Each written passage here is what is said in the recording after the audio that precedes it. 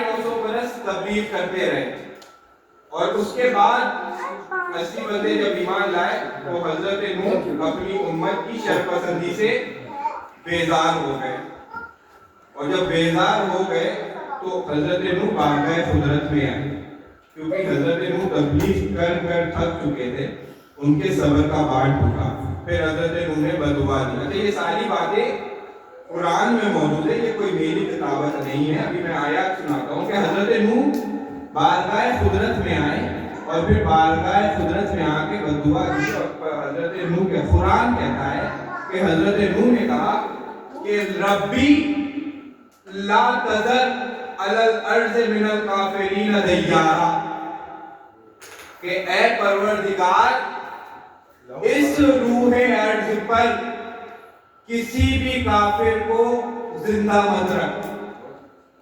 قرآن کے الفاظ ہے ربی لا تذر علی الارض من الکافرین دیارا، کہ اس زمین پر کسی بھی کافر کو زندہ مت رکھ۔ کیوں؟ قرآن آگے بڑھ کے کہتا ہے کہ انکا انتظرہم اذل عبادک ولا یالد الا فاجرا کفارا، کہ اے پروردگار تو اس لیے ان پر عذاب نازل کر کیونکہ ان میں اب کوئی بھی تیری عبادت کرنے والا موجود نہیں رہا، اور ان کی آنے والی نسلوں میں پروردگار یا تو یالدو الا فاجرن کفارا، یا تو فاجر پیدا ہوں گے یا کافر پیدا ہوں گے۔ اچھا، یہ آیت سے پتہ یہ چل رہا ہے کہ حضرت نوح نے فتویٰ دیا کہ میرے معبود یہ جو امت اس وقت ارض پہ موجود ہے، جس زمین پر موجود ہے، ان میں تیری اکثریت کافر ہے، اور یہ لوگ وہ ہیں جو تیری عبادت نہیں کریں گے، کبھی نہیں کریں گے، اور جو بھی ان کی نسل میں آئے گا وہ یا تو فاجر ہوگا یا کافر ہوگا۔ اچھا، یہ حضرت نوح کا معجزہ تھا بھائی، کہ ان کی آپ کی اور ہماری آنکھیں نہیں ہیں کہ میں نے کسی کو دیکھا تو مجھے پتا نہیں لگا، دیکھنے میں تو مومن ہے لیکن اس کے قلب کی حالت کا میں تصفیہ نہیں کر سکتا ہے۔ وہ نبی پروردگار ہے بھائی، انہوں نے دیکھا ہے تو ان کی بصیرت کی آنکھوں نے یہ فیصلہ کیا، ان کے شجرے پھٹالے حضرت نوح نے، اور پھر فتویٰ دیا کہ ان کی جو نسلیں آنے والی ہے ان میں یا تو فاجر پیدا ہوں گے یا کافر پیدا ہوں گے۔ یہ حضرت نوح کا معجزہ تھا۔ اچھا، یہاں کہنے کی ایک بات مجھے، میں حق رکھتا ہوں ایک بات کہنے کا، کہ حضرت نوح کا تو قرآن سے یہ بات سمجھ میں آ رہی ہے کہ انہوں نے اپنی امت کو دیکھا اور پھر امت سے شجرے کھنگالے۔ یہ حضرت نوح کو ان کے رب کی طرف سے ایک صفت حاصل تھی۔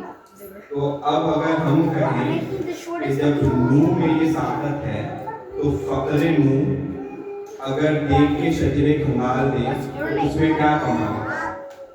اچھا، یہ معجزہ حضرت علی کا بھی نہیں ہے کہ شجرے کھنگالے، حضرت علی کی تلوار، ذوالفقار کی میں بات کر رہا ہوں۔ یہی فرق ہے نوح میں اور علی میں، دیگر انبیاء میں اور علی میں، کہ انبیاء کی صفت ہے کہ امت کو دیکھے تو شجرے کھنگال دے، اور علی کے ہاتھ میں جو اسلحہ آئے اس میں یہ صفت پیدا ہو جاتی ہے کہ شجرے کھنگال سکے۔ ایک تلوار پہ ہے محمد،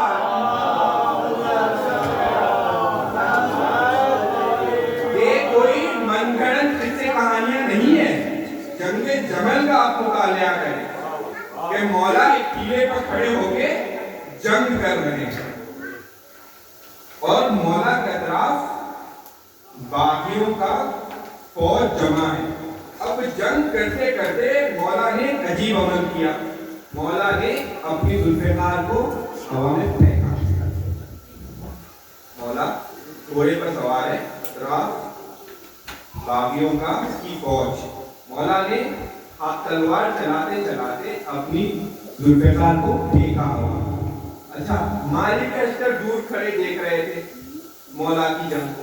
اب مالک اشتر نے جو منظر دیکھا وہ کیا دیکھا کہ جب مولا نے ذوالفقار کو پھینکا تو یہ ذوالفقار ہوا میں سفر کرتی ہوئی ایک دشمن علی کا سر قلم کیا, دوسرے کا سر قلم کیا, تیسرے کو چھوڑا, چوتھے کا سر قلم کیا, پانچویں کا سر قلم کیا, چھٹے کو چھوڑا اور پھر مولا کے ہاتھ میں آ گئی.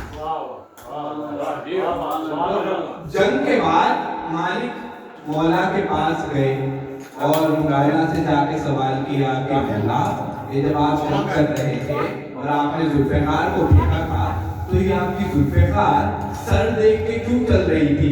تو مولا مسکرائے اور مسکرا کے جواب دیا مالک سر دیکھ کے نہیں چل رہی تھی, شجرے دیکھ کے چل رہی تھی.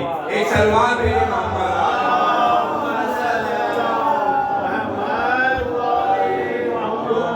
علی کی وہ بات ہی اور ہے. علی کے ہاتھ میں جو اسلحہ آ جائے اس میں نبیوں جیسی صفت اللہ اس تلوار کو دے دیتا. اچھا جناب نے بدعا کی کہ پروردگار کسی بھی کافر کو اس روئے ارض پر زندہ نہ چھوڑنا. پروردگار نے بحث نہیں, مباحثہ نہیں کیا, کہا کہ نوح آپ کہہ رہے ہیں کہ عذاب آئے تو ٹھیک ہے میں عذاب نازل کر دیتا ہوں, لیکن میری رحمانیت کے خلاف ہوگا کہ میں عذاب نازل کروں اور نجات کا کوئی سامان نہ رکھوں. تو لہذا پروردگار نے جناب نوح کو حکم دیا اور قرآن نے کہا کہ وہ حکم کیا تھا. اچھا اللہ اکبر, بڑی کمال کی آیت آ رہی ہے, آپ اس کا بس ترجمہ محسوس کریے گا انشاءاللہ آپ عرض کرو. پروردگار نے اپنے نبی کو حکم دیتے ہوئے کہا کہ وَاسْنِعُ الْفُلْكَ بِأَعْيُنِنَا وَوَحْيِنَا وَلَا تُخَاطِبْنِي فِي الَّذِينَ ظَلَمُوا إِنَّهُمْ مُغْرَقُونَ. کہ نوح آپ ایک کشتی بنائیے. اچھا صرف یہ نہیں کہا کہ کشتی بناؤ, قرآن کے الفاظ ہے بے آیوننا, کشتی بنائیے اور میری آنکھوں کے سامنے بنائیے. بے آیوننا میری آنکھوں کے سامنے بنائیے اور میری وحی کے مطابق بنائیے. اچھا 2 دن پہلے کی گفتگو اگر یاد ہو تو میں نے بتایا تھا کہ رسول کا ہاتھ بھی ید اللہ ہوتا ہے. اچھا قرآن میں ید اللہ کا بھی ذکر ہے. اگر حضرت آدم کی گفتگو یاد ہو ماں منع کا انتظر لما خلق کو دے ہے, تجھے کس چیز نے منع کیا اس چیز کو روک جس کو میں نے اپنے دونوں ہاتھوں سے. اچھا یہاں پہ پروردگار اپنی آنکھوں کا بھی تذکرہ یعنی عین اللہ کا بھی ذکر ہو رہا ہے. اور جو لفظ استعمال کیا ہے پروردگار نے کہ بے آیوننا, جائیے گا اور لغت میں دیکھیے گا کہ عربک گرامر میں ایک کے لیے ایک چیز کے لیے الگ لفظ استعمال ہوتا ہے, 2 کے لیے الگ لفظ استعمال ہوتا ہے, 2 سے زیادہ کے لیے الگ لفظ استعمال ہوتا ہے. تو ایک آنکھ اگر عربی میں کہیں گے تو اسے کہیں گے عین, اگر 2 آنکھیں کہنی ہو تو اسے کہیں گے عینین.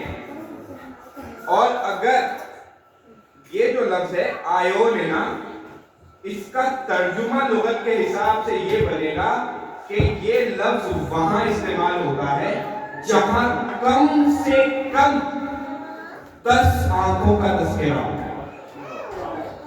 10 آنکھیں. اب کہنے کی مجھے اجازت دیجیے, پروردگار کہہ رہا ہے کہ کشتی بناؤ لیکن میری آنکھوں کے سامنے, اور آنکھیں بھی وہ جو کم از کم 10 ہیں. ایک سوال کروں آپ سے, مجھے بتائیے ایک چہرے پر کتنی آنکھیں ہوتی ہیں؟ 2 آنکھیں. تو پھر 10 آنکھوں کے کتنے چہرے بنیں گے؟ ایک سلوات بھیجے محمد وآل محمد.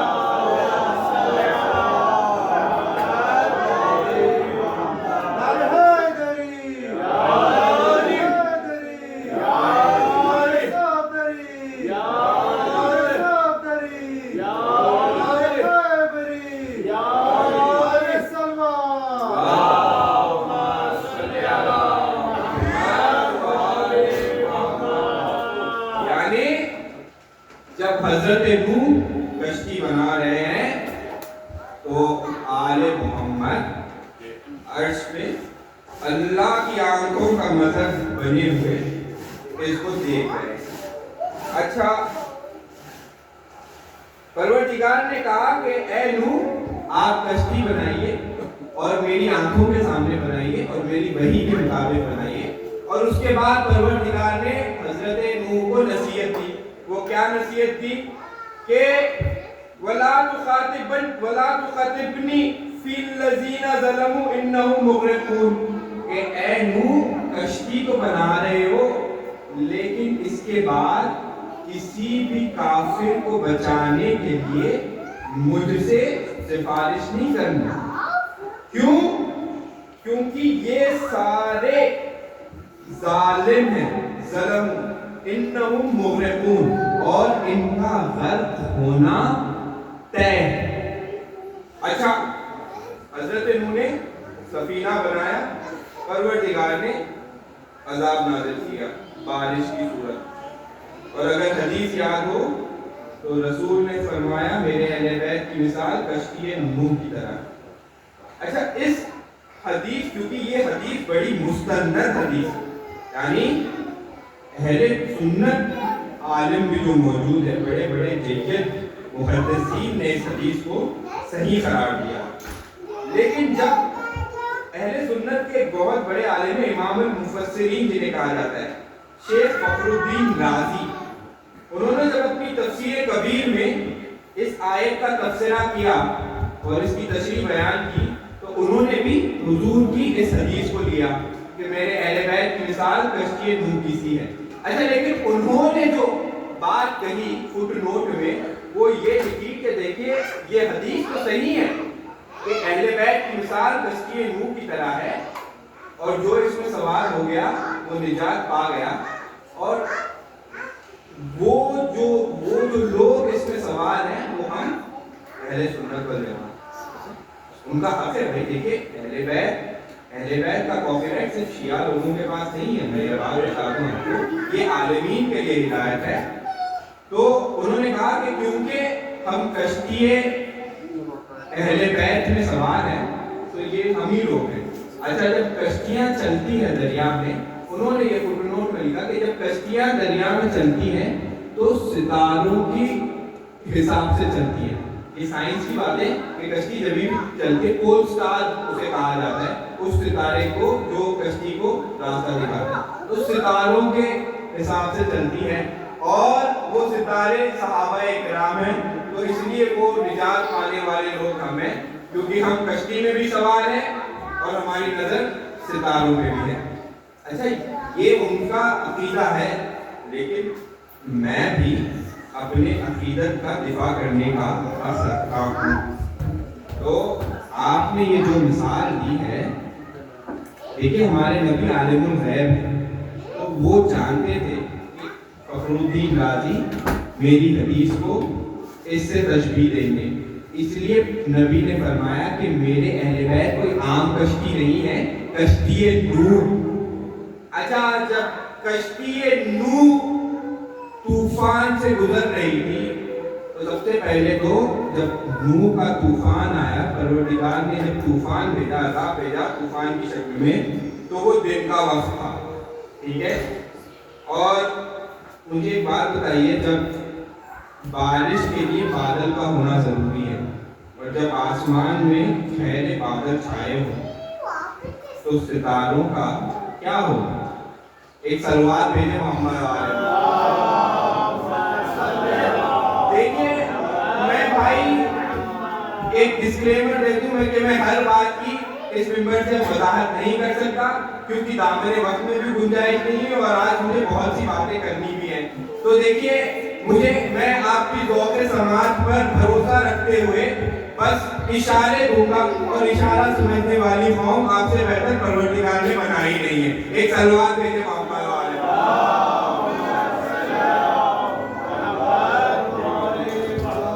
یہ ساری باتیں سورہ تحریم میں موجود ہیں، اگر آپ مطالعہ کرنا چاہیں تو۔ عذاب شروع ہوا، پروردگار نے بارش بھیجی، پانی زمین پر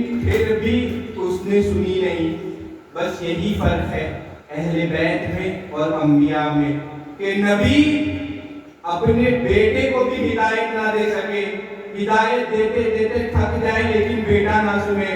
اور جب میرا حسین کربلا کے میدان کے ایک حلمن کی صدا دے تو بیٹا بھلے ہی 6 ماہ کا کیوں نہ ہو اپنے بابا کی نصرت کے لیے خود کو گہوارے سے گرا دے۔ ایک کروات ہے محمد والے محمد۔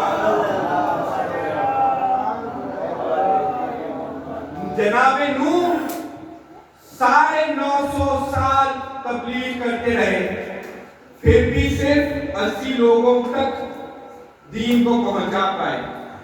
اور یہ شہزادہ وہ ہے جس نے صرف 6 مہینے کی زندگی میں ساری دنیا کو اپنا غلام بنا دی۔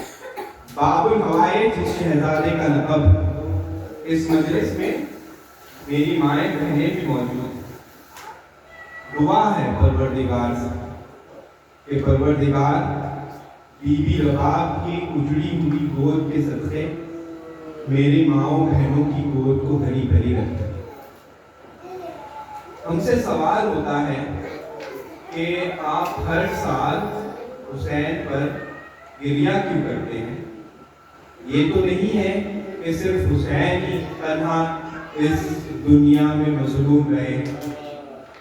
دیکھیے بات آپ کی صحیح ہے کہ صرف حسین نہیں ہے تنہا مظلوم اس دنیا میں، حسین سے پہلے بھی کئی لوگوں پر ظلم ہوا ہے، حسین کے بعد بھی کئی لوگوں پر ظلم ہوا ہے۔ لیکن میں نے تاریخ میں جتنا بھی مطالعہ کیا مجھے حسین جیسا مظلوم پوری تاریخ انسانی میں نہیں دکھا جو 6 مہینے والے اپنے بچے کو کربلا کے میدان میں ہاتھوں کا بلند کر کے کہہ رہا ہو کہ اے فوج یزیدی میں جانتا ہوں کہ تمہاری لڑائی مجھ سے ہے، لیکن یہ میرے 6 مہینے کا بچہ یہ 3 دن سے بھوک و پیاس سے تڑپ رہا ہے۔ بھوک و پیاس کی وجہ سے اس کی ماں کا دودھ خشک ہو چکا ہے، ذرا سا پانی اس کو مل جائے تو اس کی جان بچ جائے۔ اچھا، تاریخ میں اور مقاتل میں جب اس شہزادے کا تذکرہ آیا تو علماء بیان کرتے ہیں کہ جب روز عاشور آیا تو اس بچے کی پیاس کی شدت کا عالم یہ تھا کہ یہ بچہ پیاس کے مارے بار بار اس بچے پر غش پہ غش طاری ہوتا ہے۔ اور علماء بیان کرتے ہیں کہ اگر اس شہزادے کی پیاس کو سمجھنا ہو تو ایسے سمجھو کہ جب کوئی مچھوارا کسی مچھی کو پکڑتا ہے اور اسے پانی سے باہر نکالتا ہے تو جب تک اس مچھلی میں جان ہوتی ہے وہ مچھلی پانی کے لیے زمین پر تڑپتی ہے۔ جب وہ مچھلی میں جان ختم ہو جاتی ہے اور بالکل موت کے دہانے پر وہ مچھلی آ جاتی ہے اور اس میں بالکل جان نہیں بچتی تو اپنی جان بچانے کے لیے ایک آخری عمل وہ یہ کرتی ہے کہ پانی کی قلت کو دور کرنے بار بار اپنے ہونٹوں کو کھولتی اور بند کرتی ہے۔ بس علماء بیان کرتے ہیں کہ اس شہزادے پر روز عاشور پیاس کی شدت کا یہ عالم تھا کہ یہ بچہ پیاس کی شدت کے مارے بار بار اپنے سوچ کو ہونٹوں کو کھولتا اور بند کرتا۔ جب بیویوں نے یہ عالم دیکھا اور جب امام نے حلمین کی صدا دی تو بیویوں کا گریے کی آواز امام حسین کے کانوں میں ہوئی۔ امام دوڑتے دوڑتے خیمگاہ کے پاس آئے اور کہا کہ بی بی زینب کیا ہوا؟ کہا وہاں جائے، آپ کی آواز استغاثہ پر علی اصغر نے اپنے آپ کو جھولے سے گرا دیا۔ جب یہ سنا تو مولا نے کہا کہ ان کی بھی حجت تمام کرنا باقی ہے۔ اے بہن زینب ایسا کرو، علی اصغر کو میرے حوالے کرو، میں اسے فوج یزیدی کے پاس لے جاؤں اور کہوں اور دیکھوں کہ شاید اس کے لیے سبیل کا بندوبست ہو سکے۔ جب یہ سنا تو شہزادی زینب اپنے 6 مہینے کے بھتیجے کو لے کر امام کی خدمت میں آئی. اچھا جب شہزادی زینب علی اصغر کو ان کے جھولے سے اٹھا کے لے جا رہی تھی تو بی بی رباب ساتھ ساتھ شہزادی کے آ گئی. اب بی بی زینب نے علی اصغر کو امام کے حوالے کیا. اب امام جانا چاہتے ہیں کہ بی بی رباب نے روکا اور کہا والی کچھ دیر کے لیے علی اصغر کو میرے حوالے کر دے. جب یہ سنا امام نے بچے کو ماں کے حوالے کیا. بی بی رباب تیزی سے اپنے بچے کو لے کر حجرے میں گئی. جب کچھ دیر بعد شہزادے کو لے کے بی بی رباب آئی تو حسین نے کیا منظر دیکھا کہ بی بی رباب نے اپنے بچے کے بالوں کو سوار کیا ہے, جسم پر ایک نیا کرتا زیبتن کیا ہے, آستینوں کو الٹ دیا ہے اور یہ کہہ کے امام کے حوالے کیا کہ والی میرا بچہ پہلی بار میدان کو جا رہا. اچھا امام اپنے بچے کو لے کے چلے اور یزیدی کہتے ہیں کہ جب امام شہزادے کو لے کے آ رہے تھے تو ان کو لگتا کہ امام خوراک لے کے آئے. جب امام فوج یزیدی کے سامنے آئے تو اپنے بچے کو ہاتھوں کو بلند کیا اور کہا کہ دیکھو میں جانتا ہوں تمہاری لڑائی مجھ سے ہے لیکن یہ میرے بچے کو تھوڑا سا پانی دے دو, اگر تھوڑا سا پانی مل جائے تو اس کی جان بچ جائے.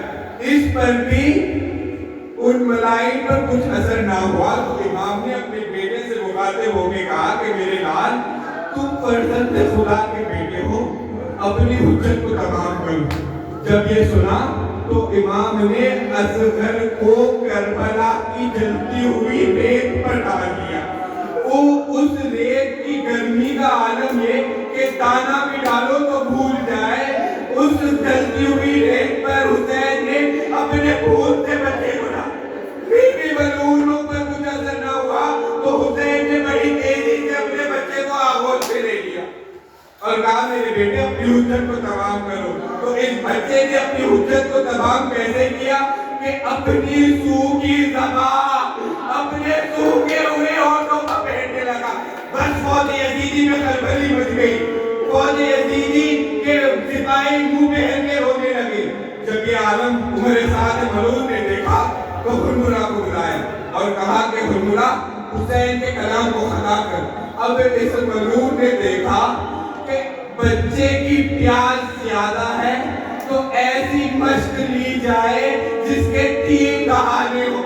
وہ ملعون زمین پر بیٹھا, ایک گھٹنے کو کربلا کی زمین پر رکھا, ایک 6 شعبہ تیر نکالا, علی اصغر کے گلے کا نشانہ لیا.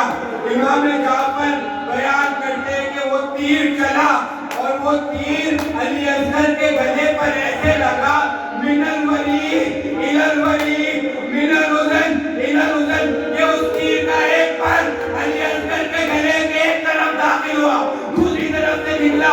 اس تیر کا دوسرا پر علی اصغر کے ایک کان سے داخل, تیسرے کان. ارے ایسا تیر لگا بچہ باپ کے ہاتھوں میں منقلب. امام نے تیر کو نکالا, بچے کے چہرے کو صاف کیا اور اب چلے. اور جب چلے تو اس احساس کے ساتھ چلے کہ ماں کو کیا بتائیں گے. تو اسی لیے یہ وہ مقام ہے جہاں امام نے وہ عمل کیا کہ جو آپ روز عاشور کے اعمال میں کرتے ہیں. کچھ قدم چلتے تھے, کہتے تھے انا للہ و انا الیہ راجعون. اچانک رباب کا خیال آتا تھا, پھر پیچھے ہو جاتے, کہتے نظر میں قضائی و تصریف اللہ عمری.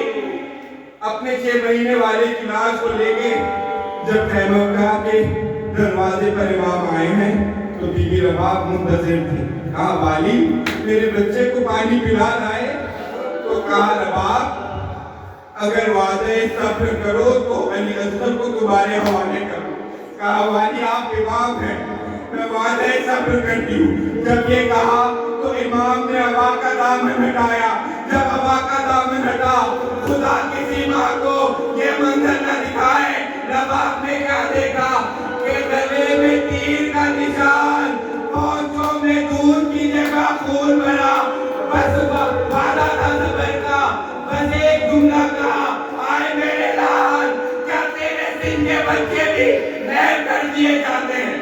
جب یہ جملہ کہہ چکی عجیب عمل کیا ہے اس غریب ماں نے. کہا والد کچھ دیر کے لیے میرے بچے کو میرے حوالے کر دے. جب امام نے حوالے کیا تو یہ بی بی ولی اصغر کے لاشے کو لے کے خیمگاہ کے اندر چلی گئی. جب بہت دیر گزر گئی اور بی بی باہر نہ آئی تو امام گھوڑے سے اترے اور بی بی کے حجرے میں داخل ہوئے.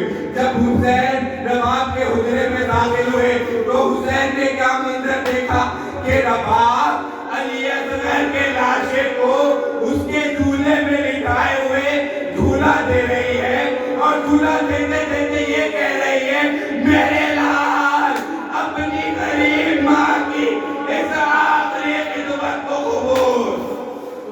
لعنت اللہ علی القوم الظالمین فسيعلم الذين ظلموا أي منقلب ينقلبون. ماتم حسین.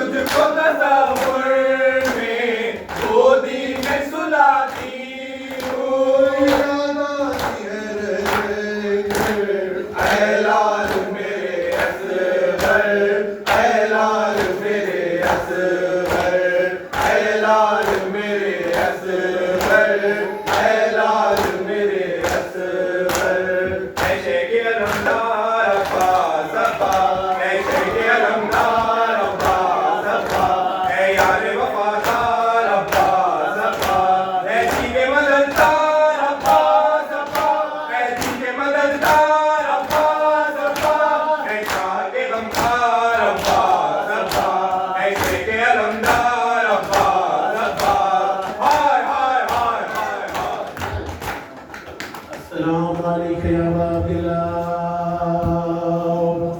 السلام عليك يا ابن رسول الله السلام عليك يا ابن أمير المؤمنين وابن سيد الوسيم السلام عليك يا فاطمة الزهراء سيدة نساء العالمين السلام عليكم ورحمة الله وبركاته السلام عليك يا مولاي يا ابن مولاي السلام عليك يا غريب الغرباء السلام عليك يا معين الزفاء السلام عليك يا شمس الشموس ورئيس النفوس السلام عليك يا المدفوع يا الدروس السلام عليكم ورحمة الله وبركاته السلام عليك يا حضرة أبو الفضل العباس باب الوائس الصاعي سفينة خبر مليهاوش السلام عليك يا صاحب العصر والزمان السلام عليك يا شريك الفرقان السلام عليك يا إمام زمان الهاوز عجل الله تعالى فرجك وسع الله تعالى مخرجك وزهورك السلام عليكم ورحمة الله وبركاته